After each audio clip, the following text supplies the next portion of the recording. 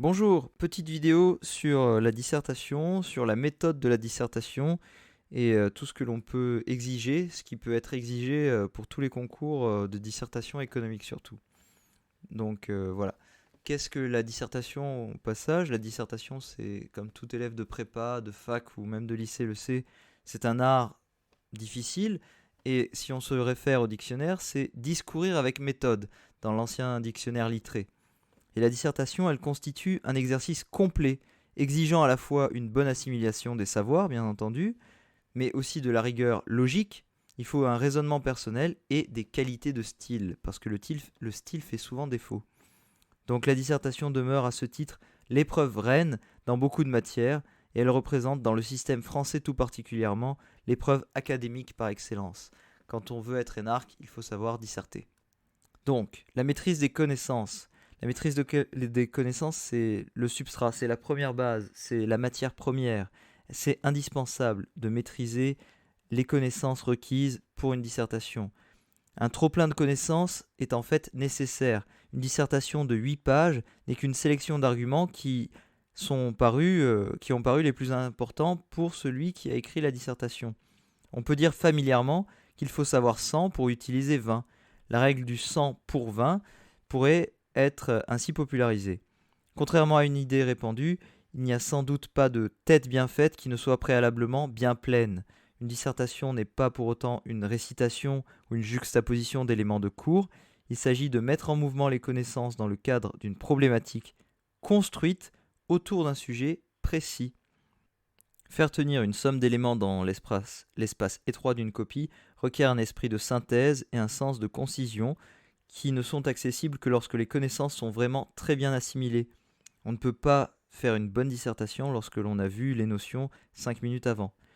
Donc il faut faire attention au piège quand même des connaissances qui peut conduire à vouloir trop en mettre et à surcharger la copie d'informations plus ou moins importantes. Ça ne sert là aussi à rien parce que le temps est précieux et on ne va pas passer 3 jours à vous lire.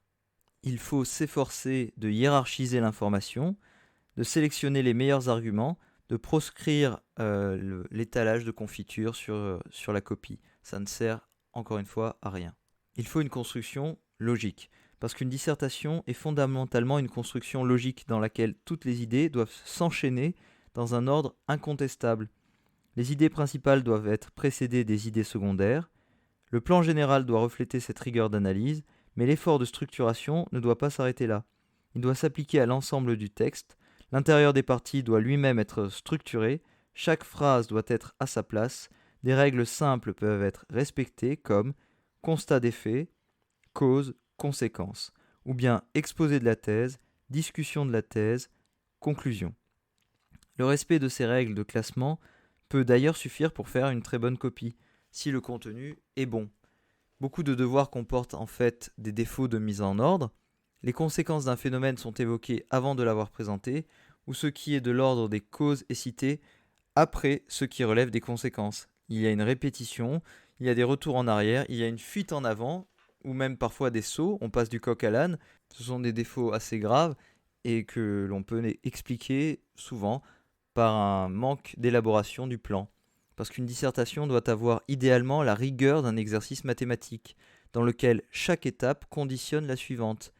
L'une des conditions formelles qui doit être respectée aussi à cet égard est celle de l'équilibre des parties et des sous-parties. Des parties déséquilibrées révèlent une défaillance de plan. Donc il faut des connaissances.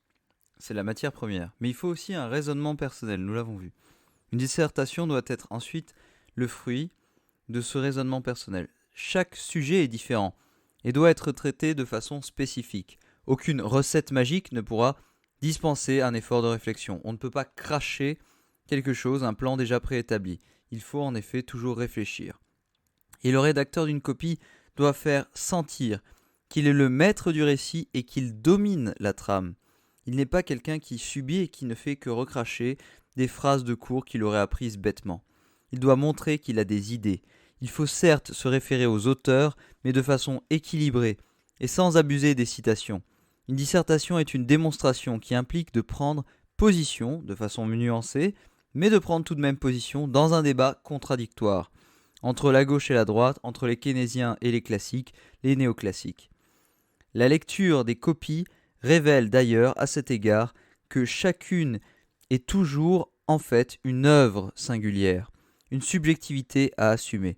Chaque auteur donc reclasse les faits et argumente selon sa conception du monde, suivant l'ordre et les pondérations qu'il a choisis.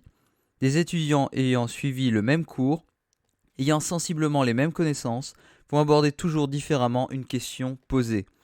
Chacun aura interposé son filtre d'interprétation. Il n'y a donc pas de copie type. Pour une même note, chacune aura un profil différent, avec soit une pondération plus grande pour les idées générales, les arguments retenus, ou bien la construction. Une certaine liberté de traitement et d'interprétation est donc permise. Elle est à la base de l'exercice. Les correcteurs y sont habitués et n'ont pas d'attente particulière autre que la cohérence, le degré d'approfondissement du raisonnement, la richesse du contenu, la qualité du style. Pour être toujours une œuvre personnelle, une dissertation n'en reste pas moins une épreuve académique qui doit respecter certaines règles de construction et de présentation. Mais bon, il ne faut pas oublier aussi que le dernier ingrédient magique, après la connaissance, le raisonnement, c'est le style. Une dissertation, c'est un exercice de style. C'est une épreuve littéraire qui requiert une certaine maîtrise du langage. La qualité de l'expression est fondamentale car elle conditionne la pensée. Pas de pensée sans langage. L'expression est le test de la pensée. Ce qui se conçoit bien s'énonce clairement et les mots pour le dire viennent naturellement. Le style doit être clair avant tout, mais une certaine esthétique doit être recherchée, en évitant toutefois l'emphase ou la précocité. La vraie éloquence, comme on le sait, se moque de l'éloquence. Une pensée subtile ne peut être en aucun cas, elle ne peut en aucun cas s'exprimer dans un langage frustre, grossier. Une véritable maîtrise de l'expression représente peut-être ce qui est le plus difficile. Il requiert beaucoup d'entraînement, de lecture active, de curiosité et d'intérêt pour l'écrit en général.